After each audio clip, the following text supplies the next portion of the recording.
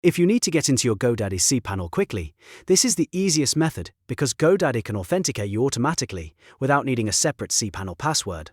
In this video, I'll show you exactly how to log into GoDaddy cPanel step by step, so you can access your hosting tools in just a few clicks. And if this tutorial helps you out, make sure to hit the like button and subscribe for more simple tech guides just like this. Alright, let's get started. First, go to the GoDaddy My Products page. You can do this by opening your browser and heading to your GoDaddy account dashboard. If you're not already signed in, GoDaddy will ask you to log in first, so enter your account details and continue. Once you're inside your account, scroll down until you find the web hosting section. This is where all of your hosting plans and hosting-related tools are listed. Now look for the cPanel hosting account you want to use.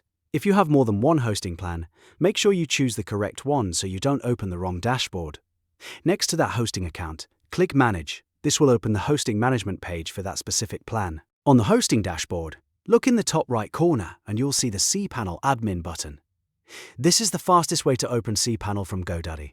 Click cPanel Admin and a new window should open automatically. In most cases, GoDaddy will log you in right away, so you do not need to type in a separate cPanel username or password. Once the new window loads, you'll be inside your cPanel interface and ready to manage files, email, domains, databases, or anything else related to your hosting account. If it doesn't load immediately, just give it a moment and make sure your browser allows pop-ups because the login window may open in a separate tab or window. And that's it. You've successfully logged into GoDaddy cPanel using the easiest method available.